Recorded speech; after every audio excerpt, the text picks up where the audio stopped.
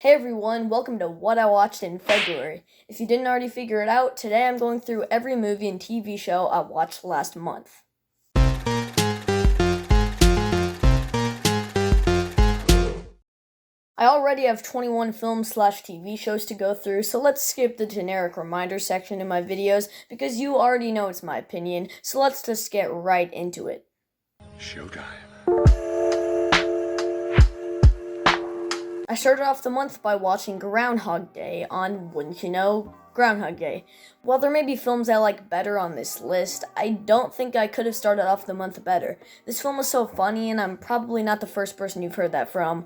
For my more in-depth thoughts, please go check out my review up in the iCard. On the 6th through the 9th, I slowly made my way through the new Planet of the Apes trilogy, and my score for the trilogy would be a 7.5 out of 10. My favorite is easily Rise. That movie is just so emotional and rewatchable.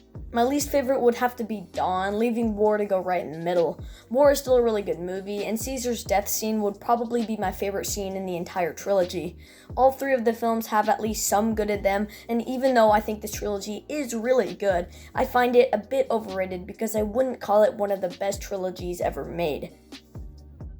I also watched The Great Mouse Detective, and I can now safely say that this is one of the most underappreciated Disney gems, and definitely one of my favorite animated movies. It's a short but sweet film that has superb voice acting with an astounding cast playing unique and funny characters. The animation is beautiful, even while it isn't quite up to date, and don't even get me started on the climax. It's exciting, honestly kinda creepy, and it has some stellar animation for its time. The Great Mouse Detective is legitimately my favorite animated Disney film released in the 1980s, if you're not counting Who Framed Roger Rabbit.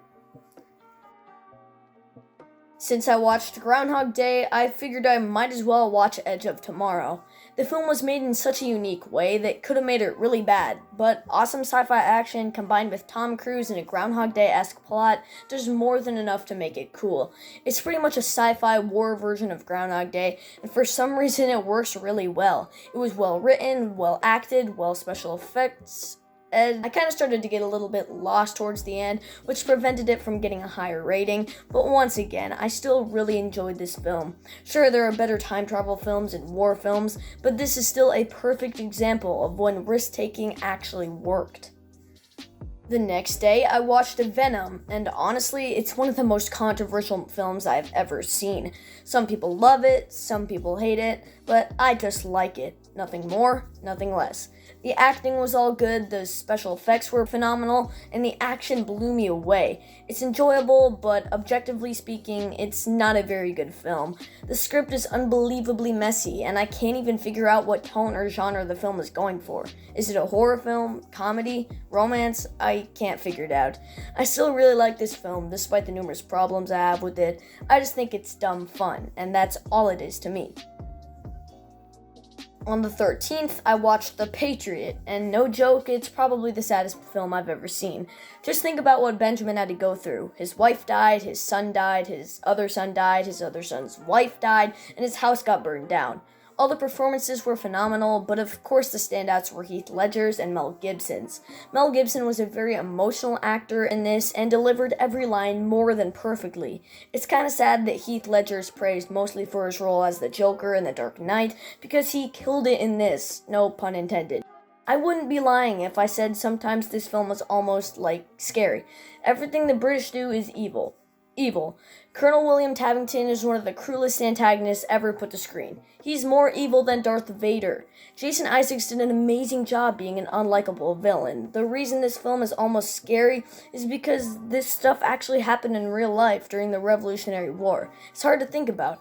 This movie is 2 hours and 45 minutes long, but to be honest, it wasn't boring at all. This is a perfect look into the American Revolution with an amazing script, direction, cast, score by John Williams, amazing cinematography, production design, set decoration, editing, costume design, war action, and visual and practical effects. The Patriot is my favorite war movie and one of the most underrated movies I have ever seen. Then I rewatched Spider-Man 2, and I have two words. Pizza Time. On the 16th, I watched The Muppets, and it's a funny and heartfelt return for the classic Muppet characters. It has very memorable songs, a brilliant story, engaging new human and Muppet characters, and as always, a fantastic sense of humor. It's a film that I'm definitely going to rewatch in the future because of how funny it is. It includes so many hilarious celebrity cameos such as Jack Black, Emily Blunt, Sarah Silverman, John Krasinski, Neil Patrick Harris, Donald Glover, Ken Jeong, Kristen Schaal, Whoopi Goldberg, Selena Gomez, Mickey Rooney, must I go on. This movie is just really good, and actually, I like it better than the original Muppet movie. I also rewatched The Incredibles, and, I really liked it, but I can't say I liked it more this time. Don't get me wrong, it's still a really good movie. However, I just found it to be a bit more boring around the middle this time around. But that's all that's wrong with it. Everything in this film does flow smoothly though, from the big action scenes that you never want to end, to Syndrome's motivation as the antagonist. All of the cast featuring Craig T. Nelson, Holly Hunter, Samuel L. Jackson, and more do an excellent job in their roles. This film has such an original plot and just enough memorable and hilarious scenes and performances to let me give it a proud 8 out of 10. The same day, I watched Spider-Man Homecoming, and not gonna lie, this is my new favorite MCU film. Yeah, I know, my opinion changes pretty much every 2 seconds. I just made my top 10 favorite superhero movies video, and it's already outdated. Sorry. I still love Guardians of the Galaxy. It's just bumped back to my second favorite MCU film. Why? Spider-Man Homecoming is an amazing movie. It was even funnier than I remembered it, and that's saying a lot because I already thought this film was hilarious. I really don't know what it is. I just love seeing Peter Parker as a high schooler, played by someone that actually kind of looks like a high schooler. Tobey Maguire looked like a 30-year-old in the Sam Raimi Spider-Man movies. The Vulture is such a great villain with an understandable motivation, and honestly, I like his character better than Thanos due to Michael Keaton's performance. This film is incredibly rewatchable. There's just something about it that is so lighthearted, and that could be because it doesn't have the stakes of other MCU films. But that is not a bad thing at all. My love for this film is extremely high. Tom Holland is one of my favorite actors. Spider-Man is my favorite superhero, so Spider-Man Homecoming is easily one of my favorite movies of all time. Next, I rewatched Shazam, and it's still great. I just had to check again. Then I decided to watch Superman the movie from 1978. Fun movie, but incredibly dated. I can't really count that as a bad thing though, considering this film came out all the way back in 1978, like I said. I had a good enough time with this film. It was pretty slow and boring, and I think it was way too long. But it was still a solid DC movie. The action sequences were surprisingly spot on, the helicopter scene being my favorite scene from the entire movie. Lex Luthor was a strong villain, and Superman's character was extremely likable with an amazing performance by Christopher Reeve. I really liked seeing Superman as a teenager, chasing a train and testing all of his powers, and that part of the film was really enjoyable. From the helicopter scene on, however, like I said, was extremely boring. That's the only negative thing I can say about this film though, and this is definitely one of my favorite DC movies. Because I watched the original Superman, that meant I had to watch the sequel, the Richard Donner cut, and it's my favorite Superman solo movie. To continue my Superman binge, I watched Man of Steel. It's surprisingly good. I didn't go in with high expectations, but I did enjoy this film enough to be in my top 10 favorite DC films.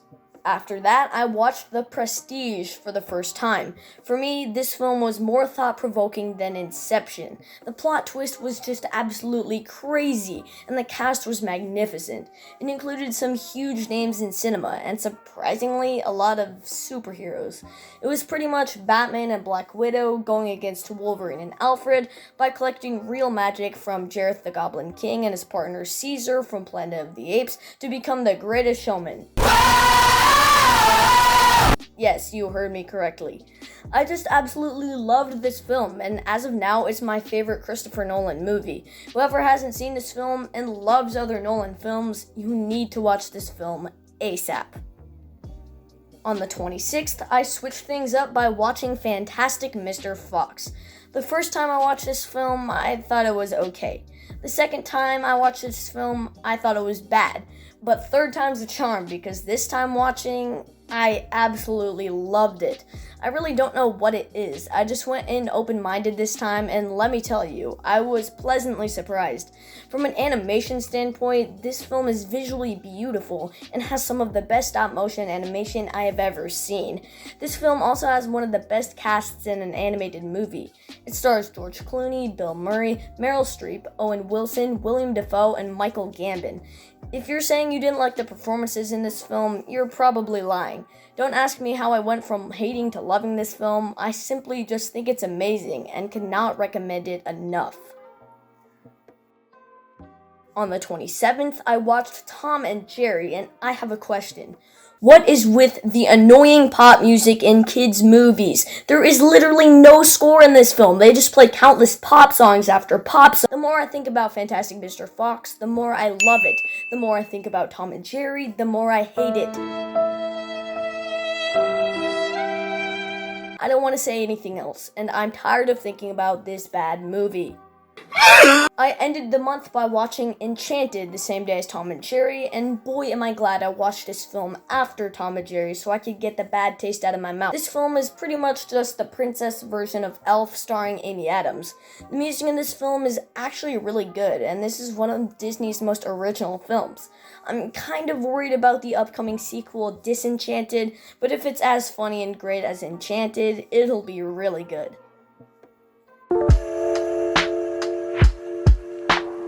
Every Friday, I watch the new episode of WandaVision. I mean, who has Disney Plus and didn't? At the time of filming this, there's only one episode left to come out in this season, so once that episode comes out, I'll make a season 1 review, and you can hear my full thoughts on the show. Oh, you thought there was more? No, this was the only TV show I watched this month. Yeah. And that's what I watched this month. For a 28-day month, I think watching 20 movies and one TV show is pretty good, not gonna lie. But with all that said, stay tuned and subscribe to Cinema Ranks.